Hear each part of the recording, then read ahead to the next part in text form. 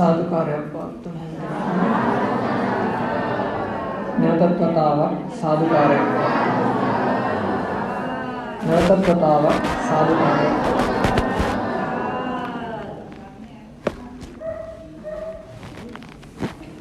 සමන්ත චක්ඛවාලේසු අත්‍රා ගච්ඡන්තු දේවතා සද්ධම්මං මුනි රාජස්ස සුනන්තු සග්ග මොක්ඛදං ධම්ම ශ්‍රවණ කාලෝ අයං භදන්තා ධම්ම ශ්‍රවණ කාලෝ අයං භදන්තා ධම්ම ශ්‍රවණ කාලෝ අයං භදන්තා නමෝ තස්ස භගවතු අරහතු සම්මා සම්බුද්දස්ස නමෝ තස්ස භගවතු අරහතු සම්මා සම්බුද්දස්ස නමෝ තස්ස භගවතු අරහතු සම්මා සම්බුද්දස්ස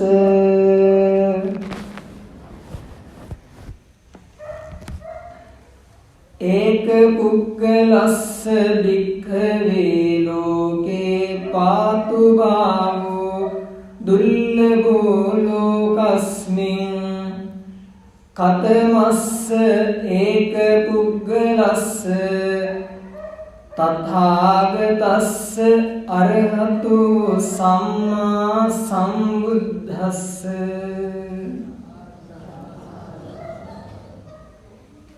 ශ්‍රද්ධා බුද්ධ සම්පන්න වාසනාවන්ත කාරුණික ජීවී යසවති මෑණියන්ගේ ඥාතීන් මූලික කරගත් එවැගේම අද පොහොය දවසේ අෂ්ටාංග උපෝසත සීලය සමාදන් වුණ උපාසක උපාසිකා පින්වතුනි අද පොහොය දවසේ හිමිදිරි කාලයේ මුලින්ම දේශනා වෙන ධර්ම දේශනාව ශ්‍රවණය කරන්න සූදානම් වෙන අවස්ථාව. ඒ වෙනුවෙන් ඔබ අරමුණක් විදිහට තබා ගන්නේ ඔබ නමින් මේ පරිලව ගිය ජීවී අසවති මණිකේ මෑණියන්ගේ ඥාති හිතයිශීන් ඇතුළු මිය පරලොව ගිය සියලු දෙනාට පින් අනුමෝදන් කිරීමේ බලාපොරොත්තුවත් එවැගේම 86 වෙන උපන්දිනය සැමරීම නිමිති කරගෙන තුනියට දීර්ඝායුෂ ප්‍රාර්ථනා කිරීම අරමුණු කරගෙන එවැගේම මෙවර සාමාන්‍ය පෙළ විභාගයට පෙනී සිටින ඉසුරු නිමන්ත පුතණුවන්ට ආශිර්වාද ප්‍රාර්ථනා කිරීම කියන මූලික බලාපොරොත්තු අරමුණු ඇති කරගෙන ධර්ම දේශනාව දේශනා කරලා ශ්‍රවණය කරන්නයි ඔබ කල්පනා කළේ. අද වෙසක් පුරපසළොස්වක පොහොය දවස. මම හිතනවා ඔබ දන්න නැති කියලා වෙසක් පොහොය දවසේ වැදගත්කම් මොනවද කියලා. බෞද්ධයන් හැටියට අපි දන්න ප්‍රධානම කරුණ තමයි සිදුහත් කුමාරයාගේ උපත ඒ වගේම සිදුහත් බෝසතාණන් වහන්සේගේ බුද්ධත්වය බුදුරජාණන් වහන්සේගේ පරිනිර්වාණය කියන තෙමඟුල සිදු වුණ පොහොය දවසක්. ඊට අමතරව අපේ ලෞතර බුදුරජාණන් වහන්සේ එර්දි ප්‍රාතිහාර්ය පාන්නේ ඒකේ සාමාන්‍ය මිනිස්සෙකුට කරන්න බැරි දේවල් කරලා පෙන්වන්නේ ඊටාම කලාතුරකින්. බුදුහාමුදුරුවන්ගේ ජීවිත කාලය තුල අවස්ථා 3ක විතරයි උන්වහන්සේ එර්දි ප්‍රාතිහාර්ය පාන්නේ. එර්දි ප්‍රාතිහාර්ය කියන්නේ සාමාන්‍යයට කරන්න බැරි දෙයක්. එර්දි ප්‍රාතිහාර්ය පාන්න පුළුවන්කම තියෙන්නේ මානසික වශයෙන් දියුණු කෙනෙක්ට විතරයි. කායික වශයෙන් දියුණු අයට ඒක කරන්න බෑ. මානසික වශයෙන් දියුණු අයට කරන්න පුළුවන්. ඒ විතරක් නෙවෙයි බුදු කෙනෙක් පාන එර්දි ප්‍රාතිහාර්ය හැමෝටම පාන්න බෑ. ඒක පෙන්වන්න පුළුවන්කම තියෙන්නේ, එලි දක්වන්න පුළුවන්කම තියෙන්නේ තවත් බුදු කෙනෙක්ට විතරයි. ඒකනේ බුදුහාමුදුරුවන්ට අපි වචනයක් පාවිච්චි කරන්නේ අසම කියලා. අසම කාටවත් සම කරන්න බෑ. සම කරන්න පුළුවන් අසම සම කාටද? තවත් බුදු කෙනෙක්ට. අසම වෙච්ච පුද්ගලයෙක්ට සම කරන්න පුළුවන්.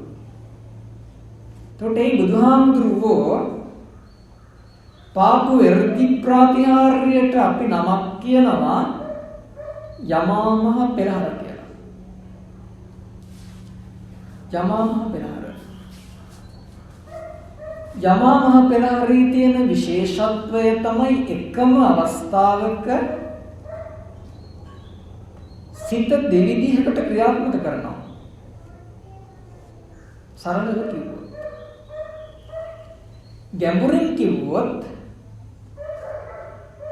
අපි ඇසිපිල්ලම් ගහන වෙලාවක බුදුහාමුදුරුවෝ සිතුවිලි මාරු කරනවා 100කටත් වැඩිය. ඇසිපිල්ලම් ගහන වෙලාවේ බුදුහාමුදුරුවෝ කාර්යයන් 100ක් විතර කරනවා. ඒ තරම් ඉක්මන්. ඒකට අපි කියන ෂණයක් කියලා. ෂණය.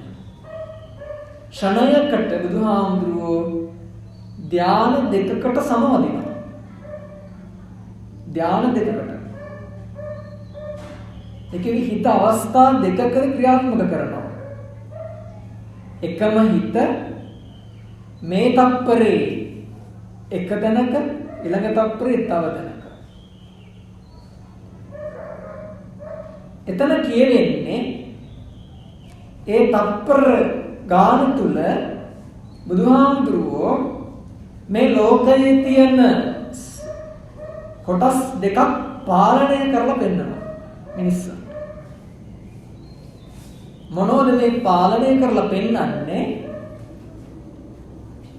තේජෝ ධාතුව. තේජෝ ධාතුව කියන්නේ උෂ්ණත්වය. ආපෝ ධාතුව දෙවෙනි එක. ආපෝ ධාතුව කියලා කියන්නේ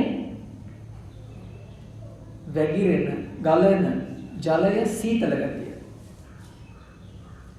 උෂ්ණත්වයයි සීතලයි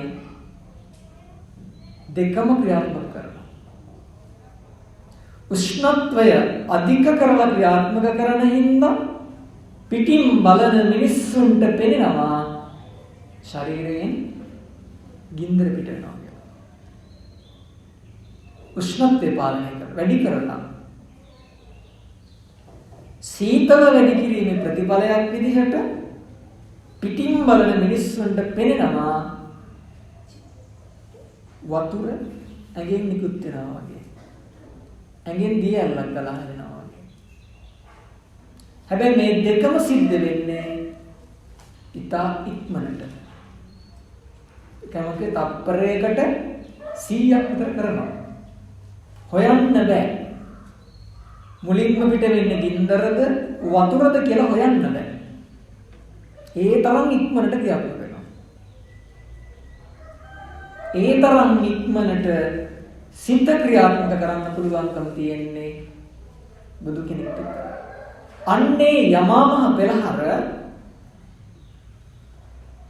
අපේ බුදුහාමුදුරුවෝ අවස්ථා 3ක විතරයි මිනිස්සුන්ට පෙන්වන්නේ. අවස්ථා 3ක විතරයි. ඒ අවස්ථා 3න් පළවෙනි අවස්ථාව තමයි බුද්ධත්වය ලැබලා සති කිහිපයක් යනකොට දෙවියෝ විශ්වාස කළේ නැහැ සිදුහත් බෝසතාණන් වහන්සේ බුදු වුණා කියලා. ඇයි? එයාලා තමයි උඩින්ම හිටියේ දෙවියෝ කියලා. එයාලා ඉක්මවා යනකොට එයාලා කැමති නැහැ. ඒ හින්දා එයාලා හිතුවා මෙයා බුදු වෙලා නැහැ. තාමනේ සාමාන්‍ය පුද්ගලයෙක් කියලා. බුදු වුණා කියලා කියන්නේ නැතුව බුදුහාමුදුරු පෙන්නවා ඔබට කරන්න බැරි දෙයක් මට කරන්න පුළුවන් කියලා. දෙවියෝ වෙච්ච ඔබට බැරි දේ මම කරලා පෙන්නනවා කියලා බුදුහාමුදුරු යමාමහ පෙළට පාලා පෙන්නවා. ඇස් දෙකෙන් ගිනි ජාල මතුවෙනකොට ඒ ඇස් දෙකෙන්ම ජලය ගලා හැලෙනකොට රෝම කූපයක් පාසා ගින්දර පිට වෙනකොට ශරීරය වටා ගිනි ජාලාවක් මතුවෙනකොට ගිනි ජාලාවත් එක්කම ජලය මතුවෙනකොට මේ දෙකම එකට තියෙන්නේ නැහැ. දෙකම එකට තියෙන්නේ නැහැ. වතුර තිබ්බොත් ගිනි ගන්නෙ නැහැ. ගිනි ගන්න තැන වතුර තියෙන්නේ නැහැ. මේ දෙක එකට තියන්න බෑ. දෙකෙන් එකයි තියෙන්නේ. හැබැයි බුදුහාමුදුරු පෙන්නවා මට දෙකම එකට තියන්න පුළුවන් කියලා. අන්න එදා තමයි දෙවියෝ විශ්වාස කළේ බුදු වෙලා. ඒ පළවෙනි අවස්ථාව. දෙවෙනි අවස්ථාව තමයි වෙසක් පොහොය දවසක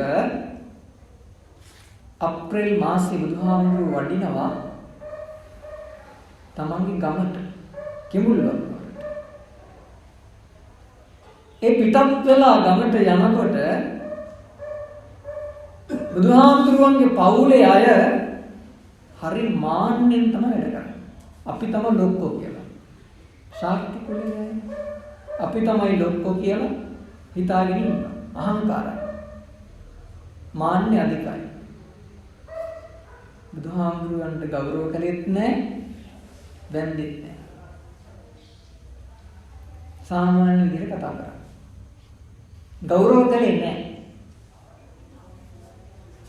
ඇයි? එයාලා හිතුවා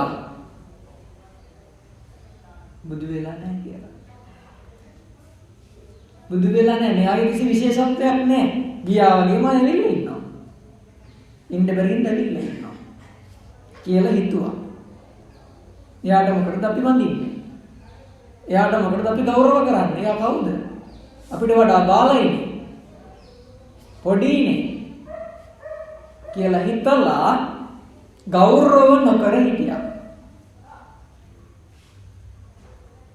ආමට වැඳපල්ලා කියලා කියන්න ඕනේද? නෑ, එහෙම කියලා වැඳුම් ලබන්නේ නෑනේ. අපි වුණත් කියන්නේ නෑනේ, ඔබ වුණත් කියන්නේ නෑනේ. බලෙන් වැඳපල්ලා කියලා කාටවත් කියන්නේ නෑ. හැබැයි ඒ කට්ටියගේ මාන්නේ කඩන්න ඕනේ. ඇයි? පව් පුරව ගන්නවා. බුදු කෙනෙක් ඉස්සරහා බුදුහාමුදුරුවෝ ගැන වැරදියට හිතලා පව් පුරව ගන්නවා. ඒකට කියනවා ආර්ය අපවාදය කියලා. බුදු කෙනෙක්ට නිඳා කිරීමේ පාපයක්. අගෞරව කරන. ඒ පාපෙන් තමන්ගේ ඥාතීන් බේරන්න නම් අර උඩඟු කමෙන් ඉන්න මිනිස්සු මෙල්ල කරන්න ඕනේ. ආවට ගියට කරන්න බෑ. ඒ ඉන්දියාවේ හිටියා මානසික දියුණු වෙච්ච ගොඩක් අය. සාමාන්‍ය මිනිස්සුන්ට කරන්න බැරි දේවල් කරන්න පුළුවන් ගොඩක් අය හිටියා ඉන්දියාවේ. බුදුහාමුදුරුවෝගේ පහළනකට හිටියා. එර්දි ප්‍රාතිහාර්ය පාන්න පුළුවන් මිනිස්සු හිටියා ඉන්දියාවේ. ඒතකොට යාළුවා කරන දෙයක් කරලා පෙන්නුවාට මෙයා බලුව නමන්නේ නැහැ. එහෙනම් යාළුවා කරන්න බැරි දෙයක් කරන්න අන්න අද වගේ පොහොය දවසක කිමුල්වත් නුවරදී දෙවනි වතාවට බුදුහාමුදුරුවෝ යමා මහ පෙරහර පාන. දෙවනි වතාවට.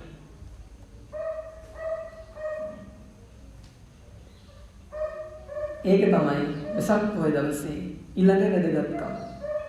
තුන්වෙනි. හතරවෙනි අවස්ථාව වෙසක් පොහොය දවසේ වැදගත්කමක් විදිහට හතරවෙනි කරුණ අපිට විශේෂයි. ලංකාවේ මිනිස්සුන්ට විශේෂයි. ඇයි? බුද්ධත්වයට පත් වෙලා 8 වෙනි අවුරුද්දේ වෙසක් පොහොය දවසක ලංකාවට බුදුහාමුදුරුවෝ වැඩම කරා.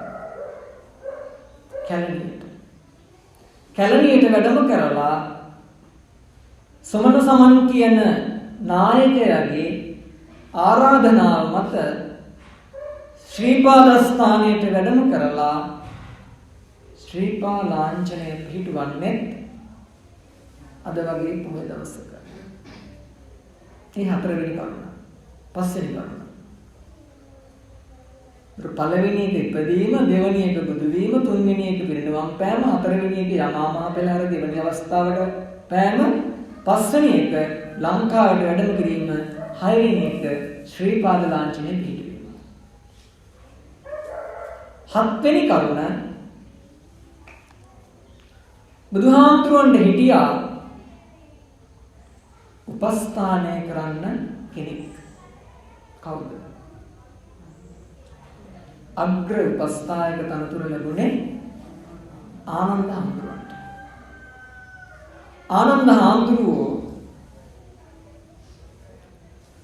රහත් වෙලා පිරිනිවන් පාන්නෙත් අද වගේ පොහොය දවසක, වෙසක් පොහොය දවසක. ඒක තමයි 7 වෙනි වැදගත්කම.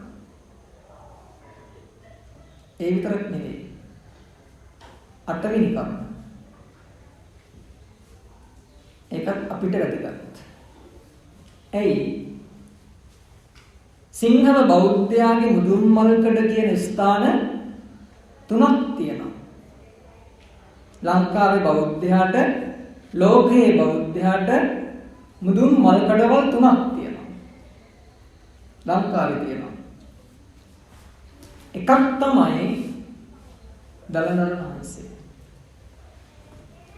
දෙවෙනි එක තමයි ජයශ්‍රී මහ බෝධිය.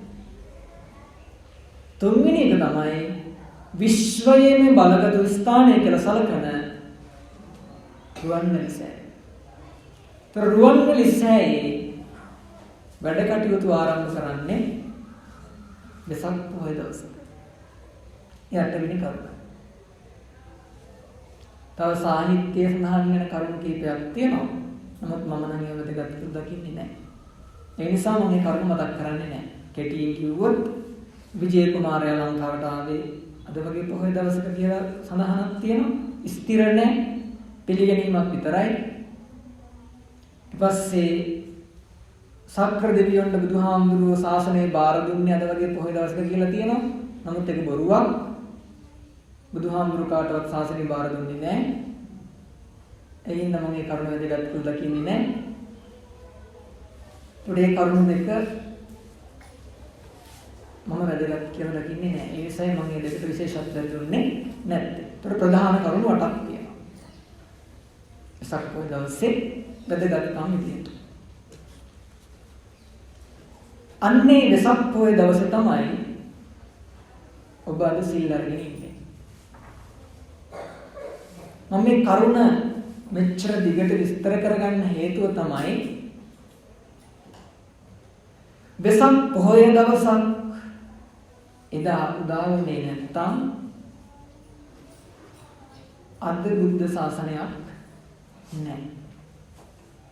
බුද්ධ රත්නය ආරම්භ වෙන්නේ වෙසක් පොහොය දවසේ, ධර්ම රත්නය ආරම්භයත් වෙසක් පොහොය දවසේ, සංඝ රත්නය ආරම්භයත් වෙසක් පොහොය දවසේ. මේ තුනම ආරම්භ වෙන්නේ සිදුහත් කුමාරයා බුද්ධත්වයේ ලැබුණු නිසා. ඒ නැත්තම් ඔය තුනුරුවන කියන වචනේවත් අහන්න ලැබෙන්නේ නැහැ. අපි යුගයට කියනවා අබුද්ධෝත්පාද කාලය කියලා. අර කතාවට කියනවනේ අබුද්ධෝත්පාද කාලේ ලැබුත්තිත්තයි කියලා. ඒ කියන්නේ කිසිම දෙයක් වැඩක් නැහැ. හොඳයි කියලා හිතන දේවල් මිනිස්සු නරකට පාවිච්චි කරන යුගයක්, නරක දේවල් හොඳයි කියලා හිතලා වැඩ කරන කාලයක්. බුදු කෙනෙක් නැති කාලය. ඒතකොට අපි මේ ඉන්නේ බුද්ධෝත්පාද කාලයක.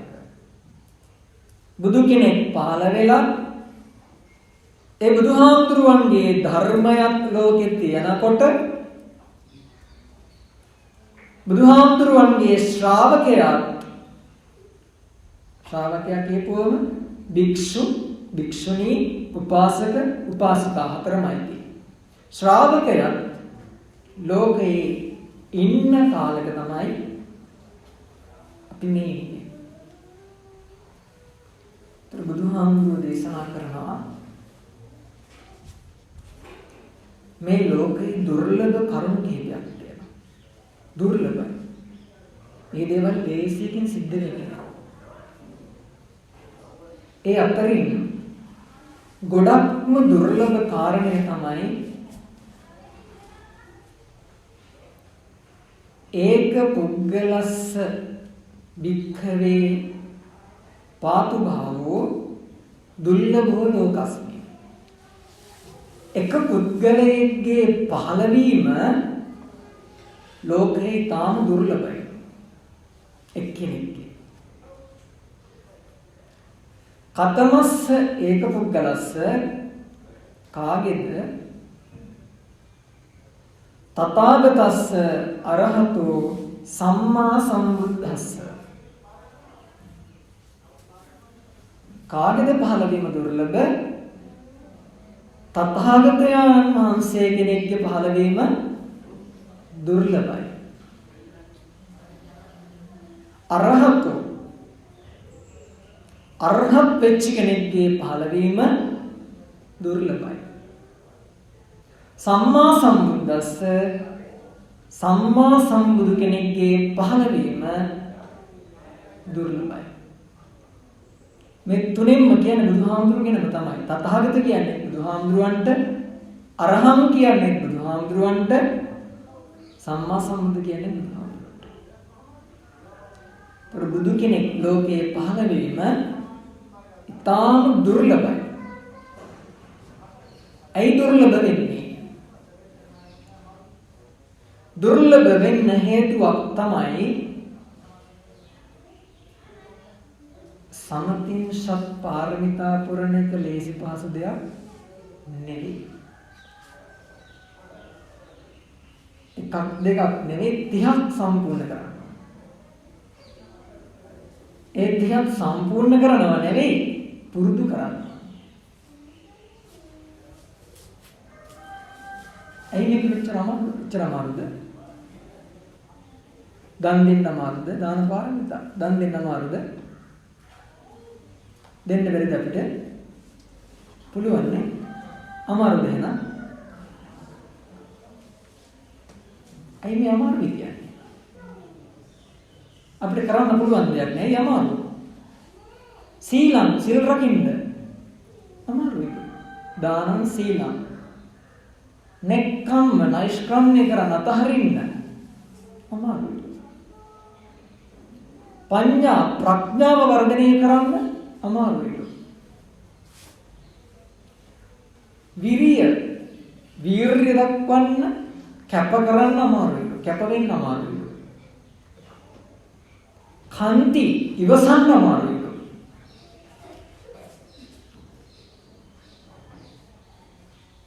සත්‍ය ඇත්ත කතා කරන්න අමාරුයි.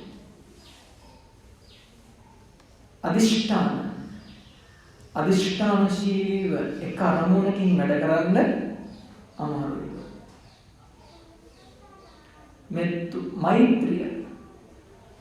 මෛත්‍රී කරන්න අමාරුයි. උපේක්ඛා සමීප වෙලා බලන්න අමාරුයි. ඔය දසපාරමිතා. ඔය 10 අමාරුයි. අමාරුයි කියලා හිතනවා. ඔය කියපු 10 අමාරුයි කියලා හිතනවා. නිකන් පිටින් බලනකොට මට නම් අමාරුයි හිතෙන්නේ නැහැ. පිටින් බලනකොට බලමු වෙන්නේ අමාරු වෙන්නේ කියලා. දන් දෙන්න අමාරුයි. ඇයි අමාරුයි? හිතලා බලන්න ඔබ ළඟ තියෙන දේ දුන්නට පස්සේ ඔබට ආයෙ ඒක මතක් වෙන්නේ නැද්ද? මතක් වෙන්නේ නැද්ද? මතක් වෙනවා. අපි දානයක් එක්ක අපි හිතමු බුලත් කොලයක් දුන්නා කියලා කාට හරි මතක් වෙන්නේ නැද්ද? දරපු ගම මතක් වෙනවා. මම මෙයාට බුලත් කොලයක් දුන්නානේ. මම මෙයාට රුපියල් 500ක් දුන්නානේ. මම මෙයාට කැම ගෙලක් දුන්නානේ. මතක් වෙනවා නේ. ඇයි මතක් වෙන්නේ?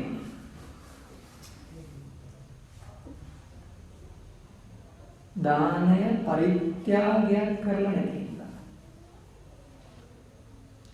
ඔබ දානය දීලා තියෙන්නේ පිනක් විදියට. කුසලයක් විදියට. පිනයි කුසලයි දෙකක්. ඔබ දෙන දාන දෙන්නේ පින විදියට.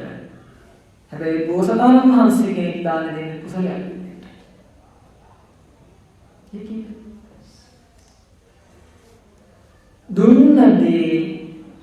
දුන්න මොහොතේම අතහරිනවා. මම දුන්නා කිය හිතා ඉන්නේ නෑ අතහරිනවා. අපි අතහරින්නේ දෙනවා ලක්ෂ ගණන් වෙනකල දෙනවා අතහරින්නේ. හොඳට හිතන්න මම කියන්නේ අතහරිනවා කියලා.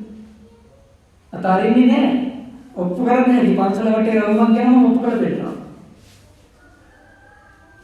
අතහැරලා නැහැ කියලා. ඇයි? පූජා කරන දේවල් වල නම ගන්නේ නැද්ද? ගන්නවා. කියන්නේ නැද්ද ඔබ පූජා කළේ මං කියලා? කියනවා. මේ බුදු පිළිමේ කවුරු කෙනෙක් පූජා කරනවා. මම හිතනවා පූජා කරලා වෙන්නේ නැති කියලා. පූජා කරනවා. ඔබ හිත එනකොට මෙන්න නැහැ. ඔබ හොයනවා කොයි මන් පූජා කරපු පිළිමය.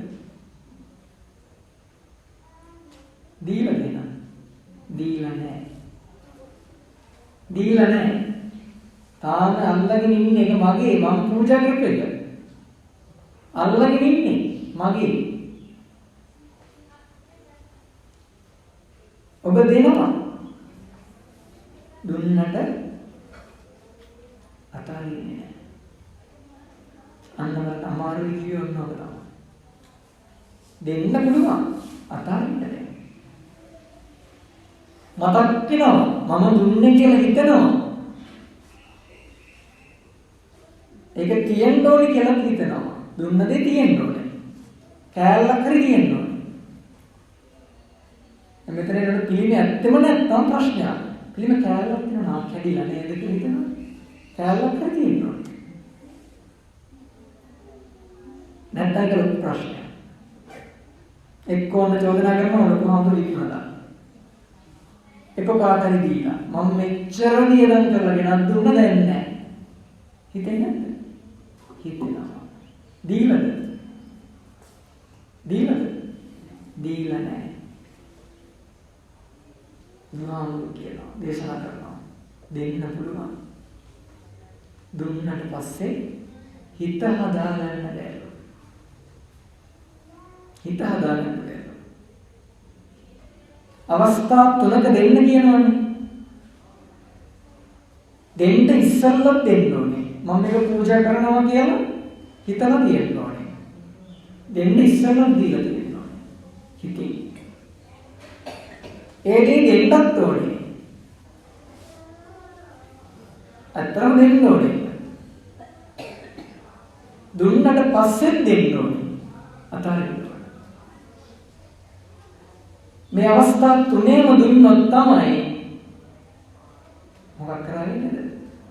දානේ දුන්නයි. නැත්තම් දීලා නැහැ. ඒකෝද මේ ඔය කරුණ හිතන්න පොඩි දෙයකට නම් අපි කරන මහලුදුරයක් නෙවෙයි. පොඩි දෙයක් දෙනකොට නම් ප්‍රශ්නයක් නෙවෙයි. හැබැයි ලොකු දෙයක් දුන්නට පස්සේ අපි හිතමු බණශාලාව හදන්න නම් ලක්ෂයක් දෙනවා. හොයන්නේ නැද්ද මගේ නම ලියවිලා තියෙනවද කියලා? හොයන්නේ නැද්ද? රුපියල් 50 දීලා හොයන්නේ නැහැ. ඒක ලොකු ගාණක් දුන්නොත් හොයනවා නේ. පොඩි දේ අතරින් හරි ලේසි. ඒක ලොකු දේ අතරින් හරි අමාරුයි. ඉතින් බලන්න මේ දාන පාරමිතා අපුරණය කොච්චර අමාරුද කියලා. ඒකනේ එක භවයක එක ආත්මික මේක සම්පූර්ණ කරලා ඉවර කරන්න බෑ. අඩුමතරමේ මේ පිළිමේ අතාරින්න බැරි අපි කොහොමද මේ ජීවිතේදී ඔක්කොම දෙන්නේ? දෙන්නේ නෙමෙයි ඇත්තටම දෙන්නේ කොහොමද? හිතෙන් අතාරින්නේ කොහොමද? බෑ. මේ ආත්මේ පිළිමේ අතාරින්න ඕනේ. ඊළඟට මේ කණු අතාරින්න ඕනේ. ඊළඟට පොළව අතාරින්න ඕනේ. ඊට පස්සේ බණශාලාව අතාරින්න ඕනේ. පන්සල අතාරින්න ඕනේ. ටික කෑල්ලෙන් තෑරලා පුරුදු වෙනවා. අන්න පාරමිතා පුරුදු කරන්න කිව්වා. පාරමිතා කියන්නේ තේරුම පුරුදු කරනවා, වඩනවා, වර්ධනය කරනවා. මොකක්ද වර්ධනය කරන්නේ? දීම. කොහොම දීමද? දීලා අතහැරීම. පරිත්‍යාගය. බුදු කෙනෙක් ඒකනේ සාරා සංඛ්‍ය කල්ප ලක්ෂයක් පුරුණා කියන්නේ මේක දවසෙන් දෙකෙන් තුනෙන් ඉවර කරන්න බෑ. මේ දාණය භෞතික දේ දෙන්න බැරි අපි කොහොමද ඇඟේ කැල්ලක් දාන උපපාරිතා කියන දේ කොටස් දෙනවා කියන්නේ භෞතික දේ දෙන්න බෑ. කොහොමද අපි දෙන්නේ ඇඟේ කොටස්? මේක ඊට වඩා අමාරුයි. භෞතික දේ නම් මගේ නෙවෙයි මට වැඩක් නැහැ කියලා අතහරලා දාන්න ලේසි. ඇඟේ කොටස් අතහරින්න ලේසි.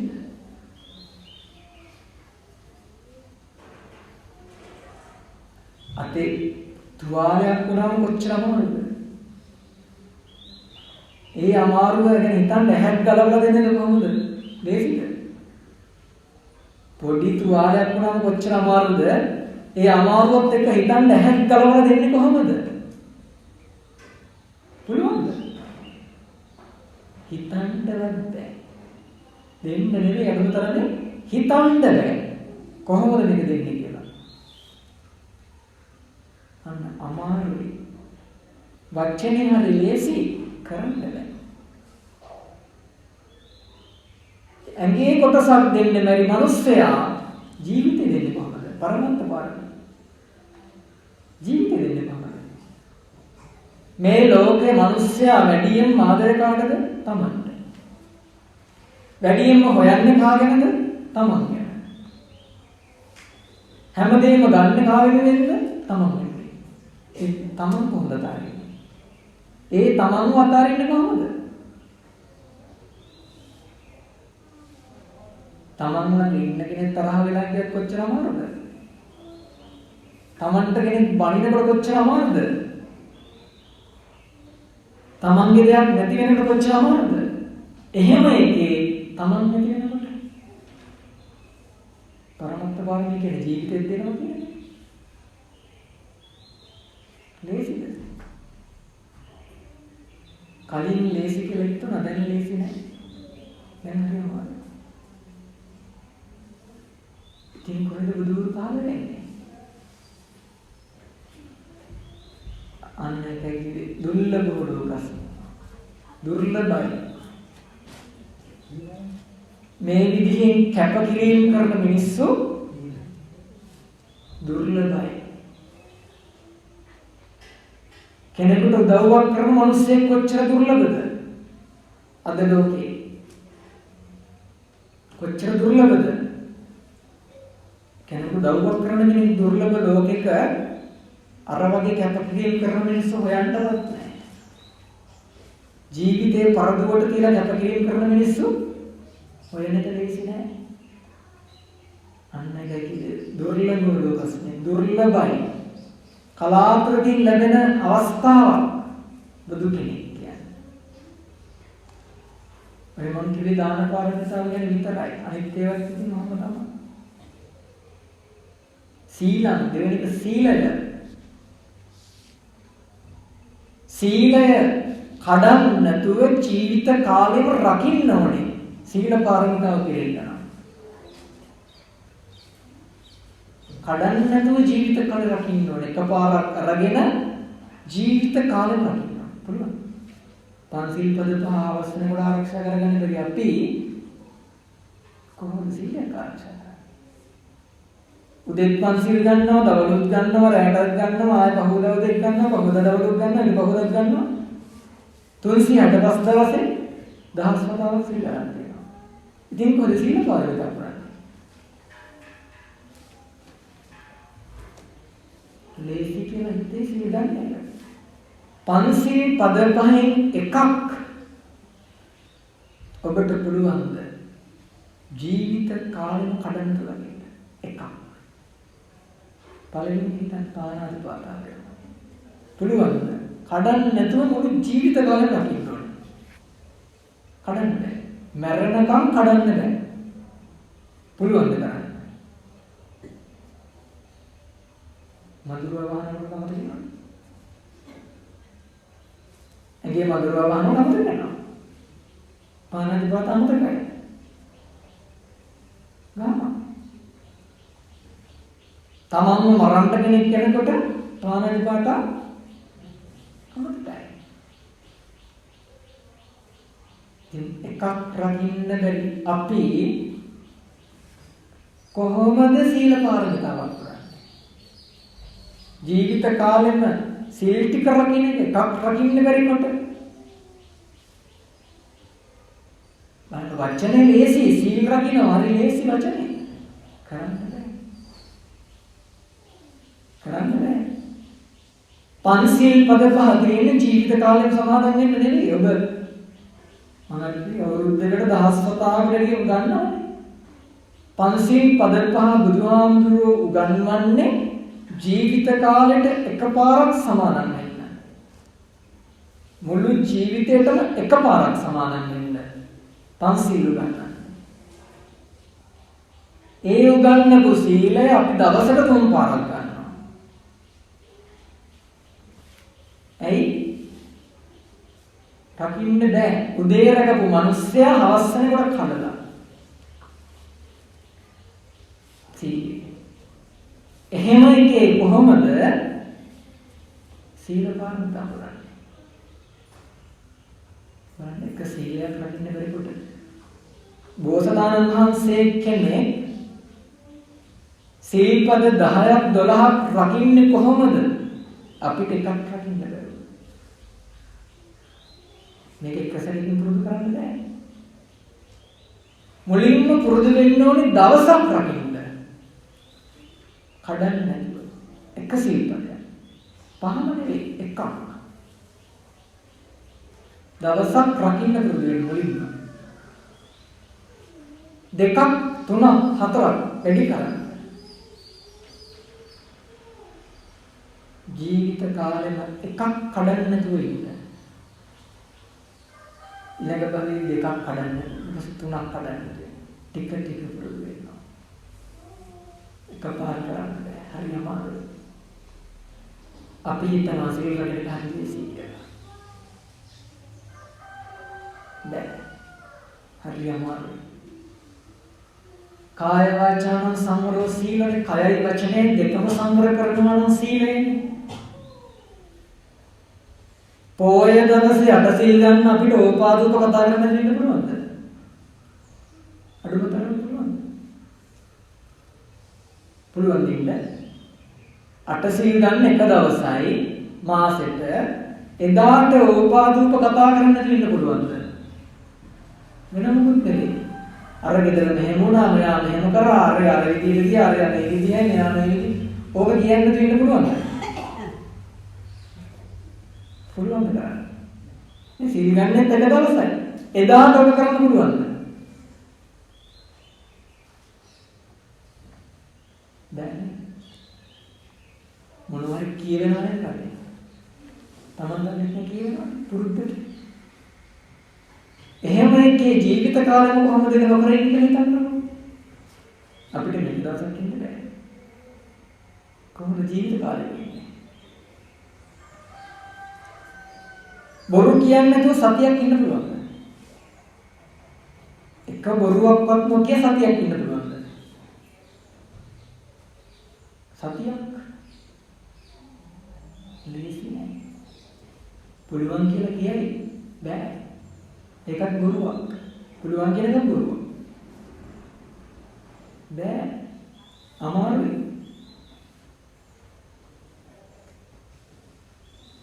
ඊට පස්සේ කාටවත් බනින්න නැතුව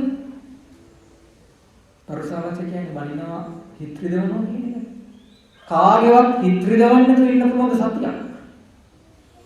බනින්න නැතුව.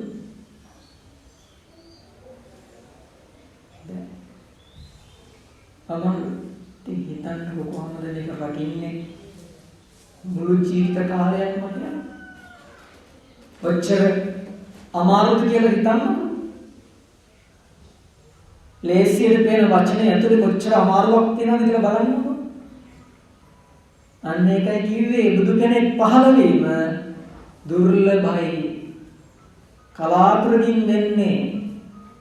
ඇයි? සාරා සංඛ්‍ය ගානක් පුරන්න ඕනේ. පුරුදු වෙන්න ඕනේ. එක දවසෙන් දෙකකින් ඉවර කරන්න බෑ. කල්ප ගානක් පුරුදු කරන්න ඕනේ. අමාරුයි ඒ තරම්. නෙක්ඛම්ම අතහැරීම මොනවද හැමදේම නෛෂ්ක්‍රම්‍ය කරන්නේ ගේ දොර අතහැරලා දාලා වනගත වෙන්න ලේසිද? ගෙදර ඉන්න නැතුව සතියක් ඉන්න පුළුවන්ද? ට්‍රිප් එකක් ගිහින් සතියක් ඉන්න පුළුවන්ද? ගෙදර ගැන හොයන්නේ නැතුව අඩුම කෝල් එකක් හරි ගන්න පුළුවන්.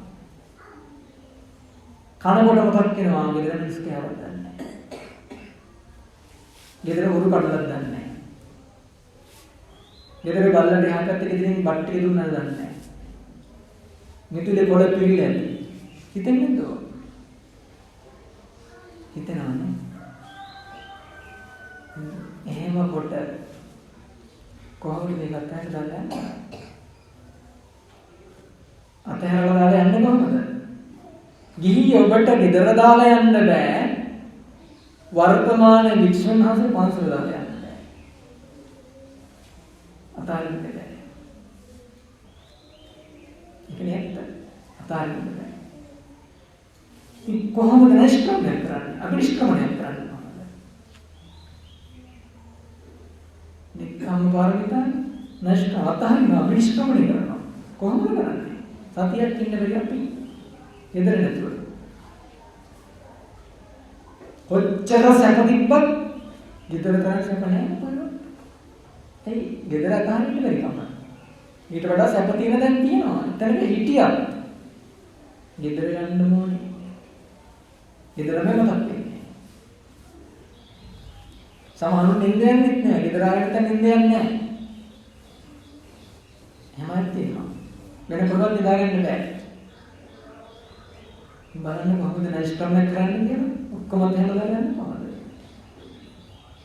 ඒකයි කිව්වේ බුදු කෙනෙක් දුර්ලභයි පහළ වෙන්නේ කියලා. කලාතුරකින් වෙන දෙයක්.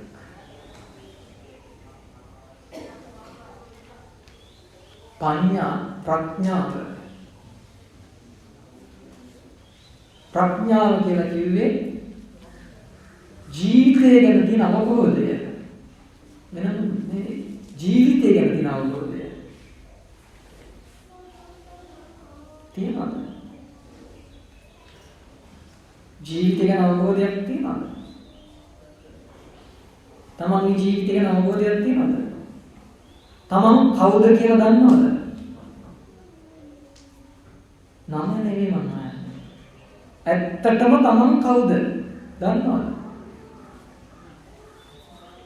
මම මොනවද දන්නේ කියලා දන්නවද මතන්නේ?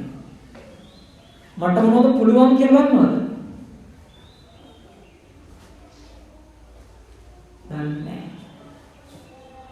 දන්නේ නැහැ. ඔබේ නම දුන්නේ එක්ක අම්මා එක්ක තාත්තා එක්ක ජෝතිෂකාරයෙක්. නම දුන්නේ යානේ.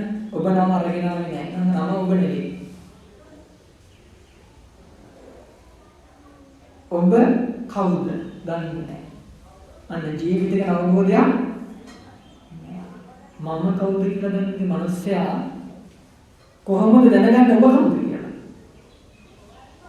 පුළුවන්ද බෑ. තමන් කවුද කියලා දන්නේ නැතිකොට අනුන් කවුද කියලා දැනගන්නේ කොහොමද? දැනගන්න බෑ. ඒ කියන්නේ අපි හොඳට විශ්වාස කරන මිනිස්සයා හිටි ගමන් විශ්වාස කරලා යනවා. විශ්වාස කරනවා.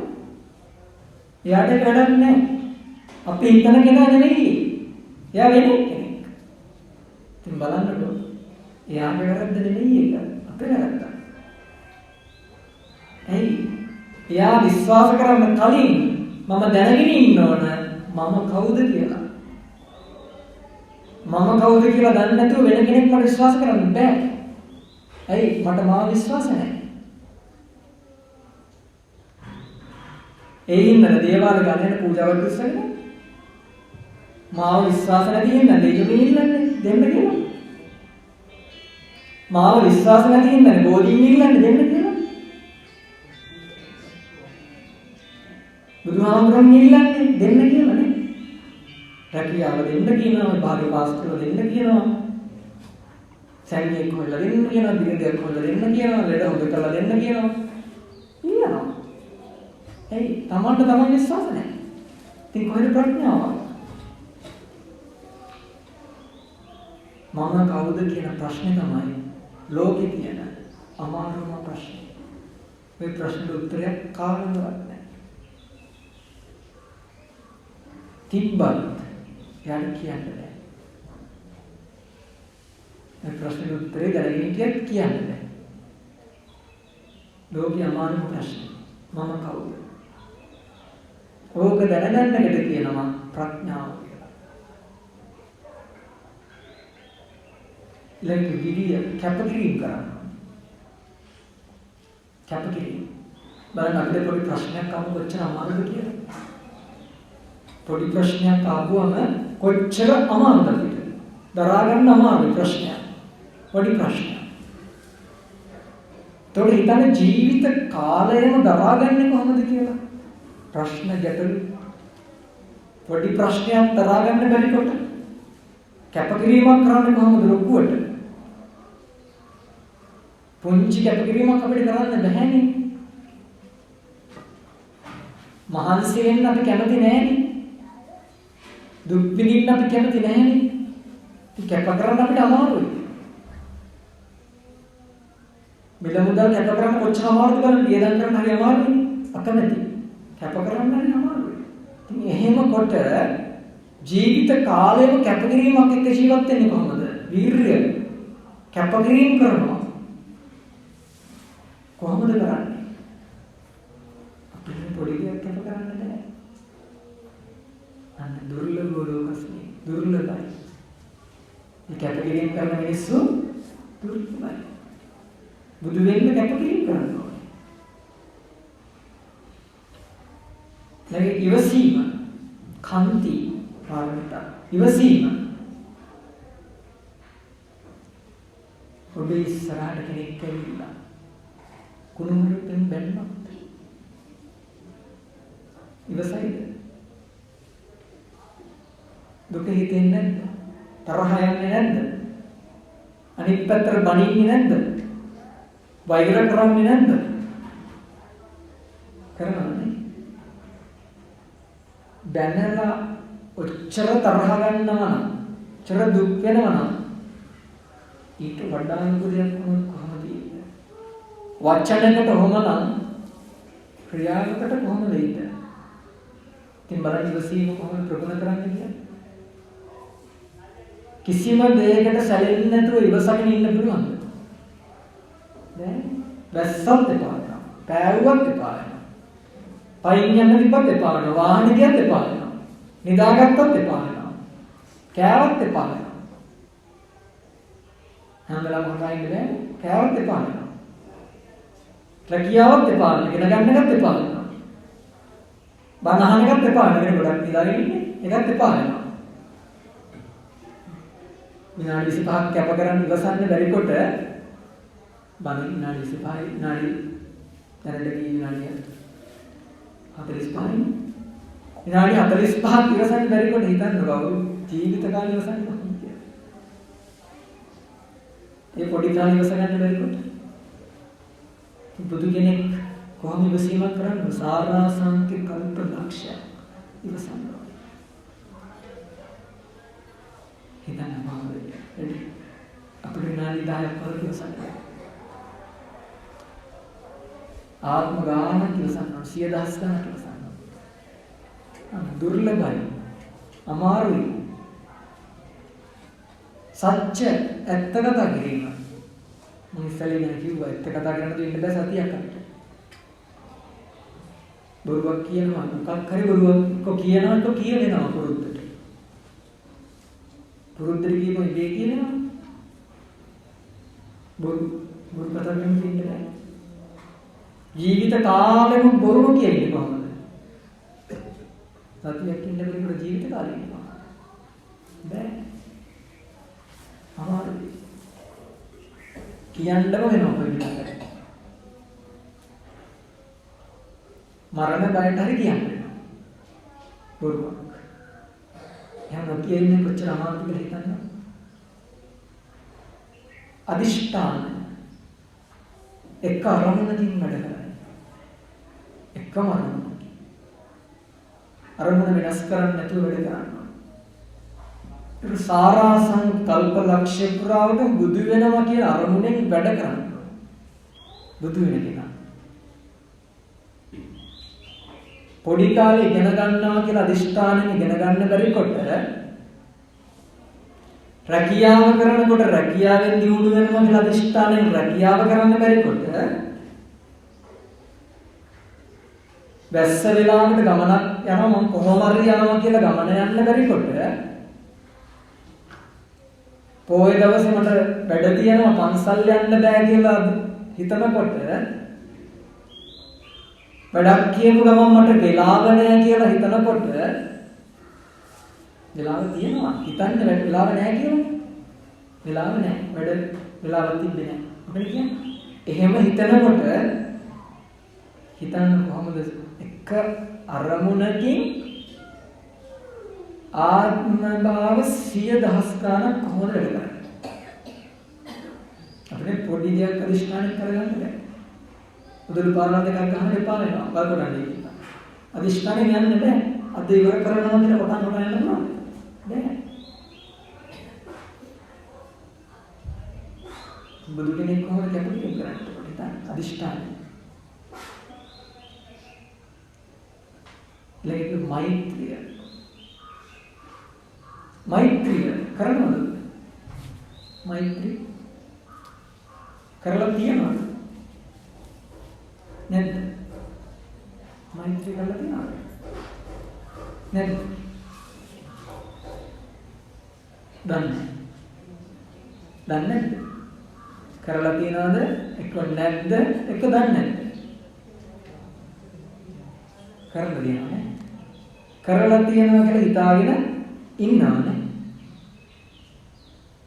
ඇයි මම කියන්නේ? කරලා තියනවා කියලා උත්තර කියනකොට මම කියනවා කරලා තියනවා කියලා හිතාගෙන ඉන්නවා. කරන එකෙන් මම අහන ප්‍රශ්නයක්. මෛත්‍රිය කියන්නේ මොකක්ද? මෛත්‍රිය කියන්නේ මොකක්ද? කරන ඉස්කෝලේ යන දවසේ ඉඳලා මෛත්‍රී භාවනා කරනවනේ. මෛත්‍රිය කියන්නේ මොකක්ද?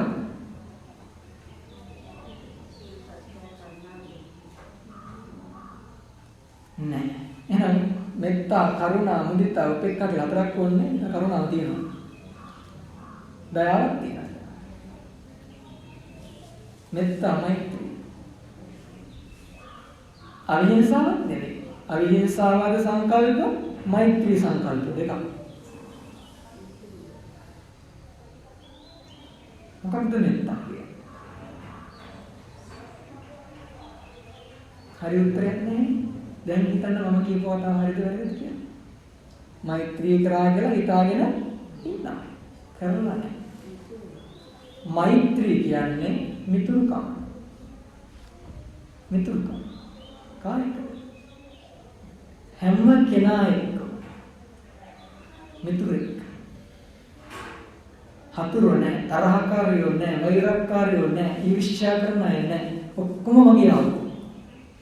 ගහක් දැක්කත් ගහක් මගේ ආවෙක්. මෙත්තා කියන්නේ ඒකට. මෙත්තා කියන්නේ තේරුම මෛත්‍රිය. මෛත්‍රිය කියන එකේ තේරුම මිතුරුකම. ඒ නැතුව මම නිදුක් වෙත්මා නිරෝගී වෙම්මා කියලා හැල්ලක් කියනවා. ඒ හැල්ල නෙමෙයි මෛත්‍රිය කියන්නේ. ඒක නිකන් හැල්ලක්. කටපාඩම් කරපු හැල්ලක්. ඔක කිව්වට මෛත්‍රිය වෙන්නේ නැහැ. ඇයි වෙන්නේ නැහැ කියන්නේ? ඇයි වෙන්නේ? මම නිදුක් වෙම්මා කියලා නිදුක් වෙනවද? පළවෙනි කම මම ගන්නම්කෝ. පළවෙනි කියන්නේ මම නිදුක් වෙම්මා. නිදුක් වෙයිද? වෙන්නේ නැහැ. ඇයි? ලෙඩක් වෙනවා නේද?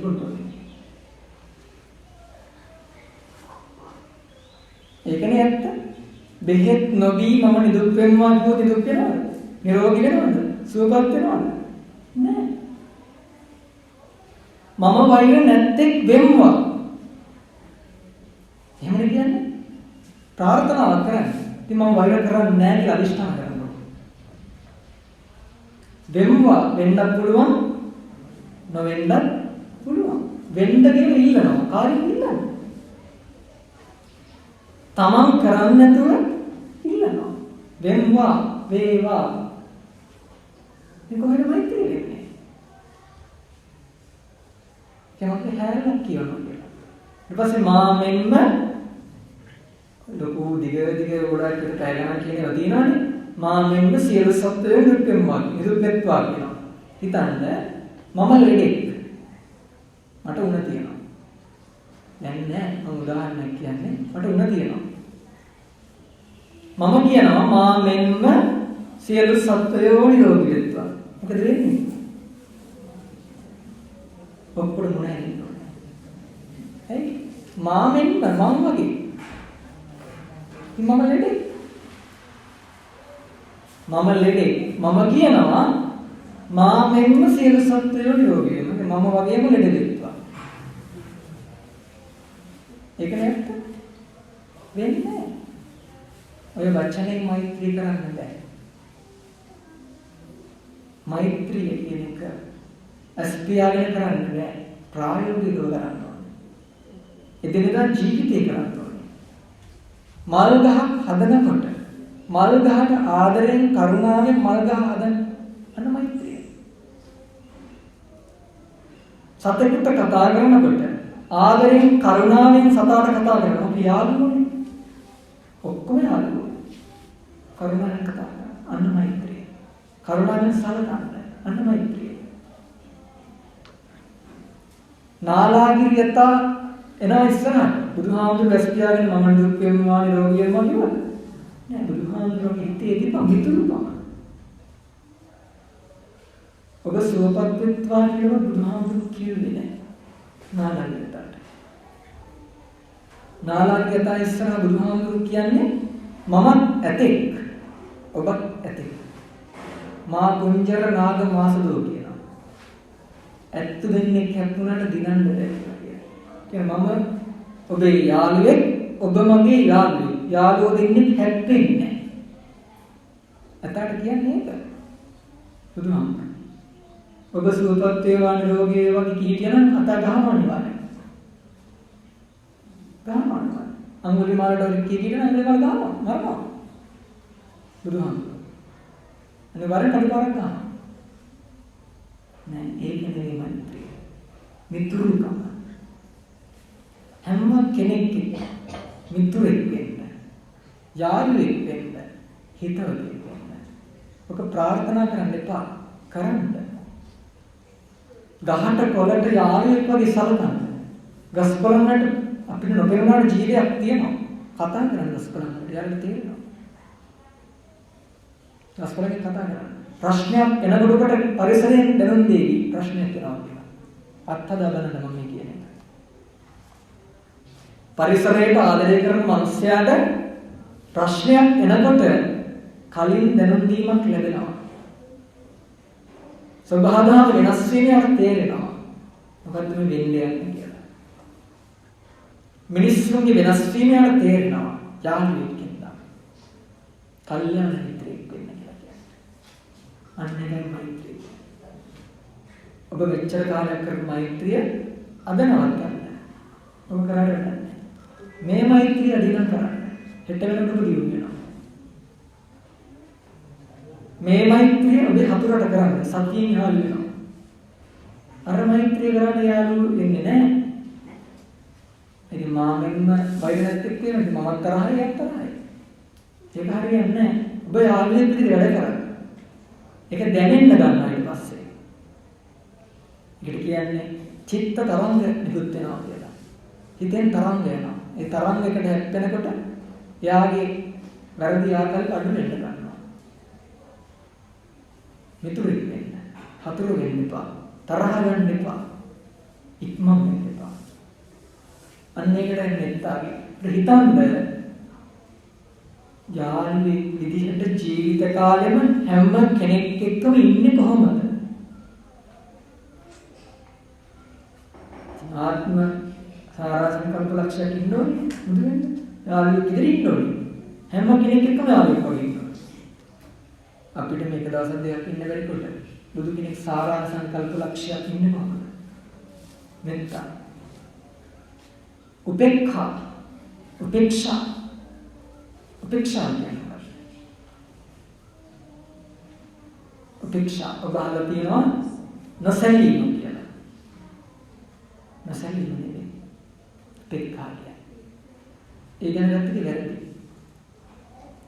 උපේක්ඛා කියන එක පාලි වචනයක්. ඒකේ සංස්කෘත තේරුම උපේක්ෂා, සිංහල තේරුම සමීප වෙලා බැලීම. සමීප වෙලා බැලීම. ප්‍රශ්නයක් තියෙනවා නම් ඔබට මොනවාරි ප්‍රශ්නයක් තියෙනවා නම් ඉවසීමෙන් මේ ප්‍රශ්න දිහා බලන්න. කල්පනා කරන්න. ඔබට ප්‍රශ්නේ කොතනද කියලා තේරෙයි. සමීප වෙලා ප්‍රශ්නෙට ලං වෙලා බලන්න. මොකද්ද මේ ප්‍රශ්නේ? ඇයි මේ ගාවේ? කොහෙන්ද ආවේ? හේතු මොනවද? සමීප වෙනවා. අලාභයක් සිද්ධ වුණොත් ඉවසීම නෙවෙයි. ඇයි අලාභයක් මට උනේ? කොහොමද උනේ? හේතුව මොකක්ද? සමීප වෙලා බලන්න කොහෙන්ද ආවේ කියලා. දුකක් දැනෙනකොට ඇයි මට දුකක් දැනුනේ? කොහෙන්ද දුක මේ ආවේ? කොහොමද මම ඒක පාලනය කරගන්නේ? සමීප වෙලා බලන්න. ඔය විදිහට නින්දාවේදී, ප්‍රශංසාවේදී, ගෞරවයේදී, අගෞරවයේදී, දුකේදී, සැපේදී, ලැබීමේදී සහ නොලැබීමේදී ඒ දේවල් වලට ලං වෙලා බලන්න. ඇයි එහෙම වුනේ? ඒක වුණොත් මොකද වෙන්නේ? මම මොකද කරන්න ඕනේ? සනීප වෙන්න බලන්න ඉස්සරහට. ඒකට උපේක්ෂා. ඔන්නයි ගුණධර්ම 10 සාරා සංක කල්ප ලක්ෂය. හෝ ඊට වැඩි ප්‍රමාණයක්. අඩු වෙන්නේ වැඩි ප්‍රමාණයක්. කඩන්නේ නැතුව එක දවසක්වත් කඩන්නේ නැතුව පුරුදු වෙන්නේ කොහොමද? අපිට එක දවසක් දෙකක් තුනක් අවුරුද්දක් ඉන්න බැරි කොට පුරුදු වෙන්න කොච්චර අමාරුද? ඔය අමාරු නිසා තමයි ඔය 30 පුරන්න බෝසතාණන් වහන්සේට කල්ප සාරා සංකල්පලක්ෂය අසංඛ්‍ය 4ක් සාරා සංඛ්‍ය කල්ප ලක්ෂය පුරුදු කරන්න එච්චර කාලයක් ගියා. ඒ නිසා තමයි කියන්නේ බුදු කෙනෙක්ගේ පහළ වීම දුර්ලභයි කියලා. දුර්ලභයි. තථාගතස්ස නිවැරදි මාර්ගයේ ගියපු කෙනෙක් ලේසියෙන් හම්බ වෙන්නේ නැහැ. තථාගත නිවැරදි මාර්ගයේ ගියපු ලේසියෙන් හම්බ වෙන්නේ නැහැ. අරහතෝ ඕන දෙයකට සුදුසු කෙනෙක්. හැම දෙයකම සුදුසුයි. අරහත්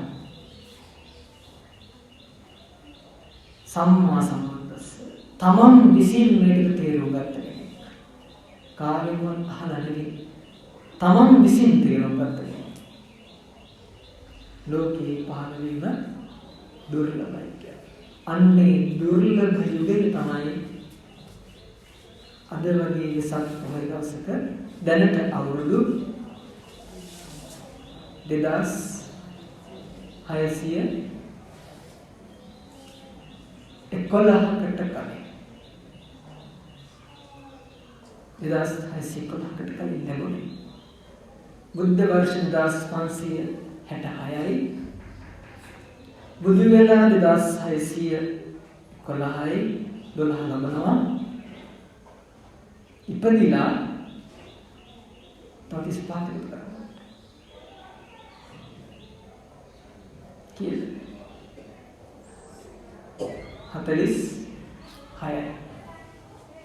47 ලබනවා ඉපදිලා සිද්ධාර්ථ කුමාරයා.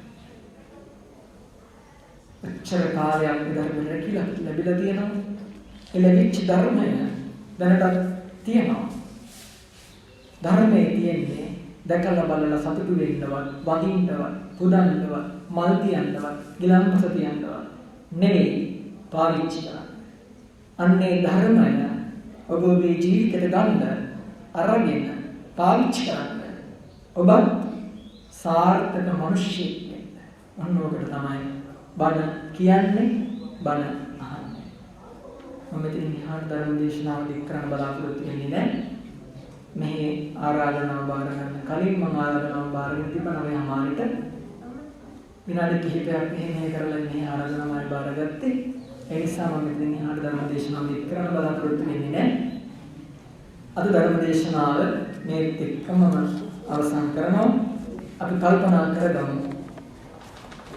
පැයකට ආසන්න කාලයක් පුරාවට අද වෙසක් පුර පසළොස්වක පොහොය දවසේ හිමිදී කාලේ විහාරස්ථානයේදී ධර්ම දේශනාවක් දේශනා කරලා ශ්‍රවණය කරගෙන අප විසින් ලබන ලද මේ සියලු කුසල ධර්ම ඒ ඔබේ නමින් ජසවතී මණිකේ මෑණියන් නමින් නිපදව ගිය දෙමව්පියන් ඥාති හිතයිෂී අසල්වාසී පින් බලාපොරොත්තු වන සියලු ඥාති තමන් කළා වූ විනාශේ මේ පින් අනුමෝදන් වෙත්වා. දුකින් මුදන වෙත්වා. සැපයෙන් සැපයටපත් වෙත්වා. තුන් ධර්මාවබෝධයට ශක්තිය ධෛර්යය වාසනාව උදා කරගනිත්වා සාදු කියලා. ඒත් එක්කම පින් බලාපොරොත්තු වන පින් නැමැති සියලු දෙවියෝ මේ පින් ලබත්වා. සියලු මනුෂ්‍ය කොට්ටාශයන් මේ පින් අනුමෝදන් වෙත්වා. සියලු සත්වයෝ මේ පින් අනුමෝදන් වෙත්වා. තම තමන්ගේ ආත්ම භව සතුටවත් කරගෙන සාර්ථක ජීවිත ගත කරන්නට අවශ්‍ය ශක්තිය, ධෛර්යය, වාසනාව දා කරගනිත්වා කියලා සියලු සත්වයන් පිළිමනෝදන් කරනවා. අවසාන වශයෙන් ධර්ම දේශනාවට දායකත්වයේ ගත්ත ජීවි ජසවතී මණිකේ මෑණියන් 86 වෙනි උපන්දිනය සමරනවා. එතුමියට උතුම් ත්‍රිවිධ රත්නයේ ආශිර්වාදය, දෙවියන්ගේ දේවයන්ට වරණය, ධර්මයේ ශක්තිය ලැබිලා චිරාත් කාලයක් නිදුක් නිරෝගීමත් ජීවිතයක් කරන්නට අවශ්‍ය කායික මානසික ශක්තිය, ධෛර්ය, වාසනාව උදා වේවා කියලා සෑම ආශිර්වාද කරමු. අවසාන වශයෙන් සාමාන්‍ය පරිභාගයට මුහුණ දෙන ඒ සුරු නිවන් දරුවන්ට උතුම් ත්‍රිවිධ රත්නයේ ශක්තියෙන් දෙවියන්ගේ දේවයන්ට වරණේ විභාගයේ සාර්ථකව මුහුණ දීලා උසස් ප්‍රතිඵල ලබන්නට අවශ්‍ය ආශිර්වාද ශක්තිය මේ තුලින් උදා වේවා. ඔබ හැම කෙනෙක්ට උතුම් ත්‍රිවිධ රත්නයේ ආශිර්වාදයක්, දෙවියන්ගේ දේවයන්ට වරණයක්, ධර්මානුසංසත් ලැබීමෙන් සාර්ථක ජීවිත ගත කරලා ධර්මාවබෝධය මේ ජීවිතය තුළදීම ලබන්නට අවශ්‍ය ශක්තිය, වාසනාව උදා වේවා සාදුක ප්‍රාර්ථනා කරගන්න ගමන් හොඳටම සම්දීතියෝ විවජ්ජන්තු සම්පරෝ විනස්සතු මාතේ භවත්වන්තරායෝ සුඛී දීඝායුකෝ භව අභිවාදන සීලිස්ස නිච්ඡං වද්දාපචායිනෝ චත්තාරෝ ධම්මා වඩ්ඩන්ති ආයුවන්නෝ සුඛං බලං ආයුරාෝග්‍ය සම්පatti සග්ග සම්පatti මේවච අතෝ නිබ්බාන සම්පatti ඉමිනාතේ සමිජ්ජතු සෙනානු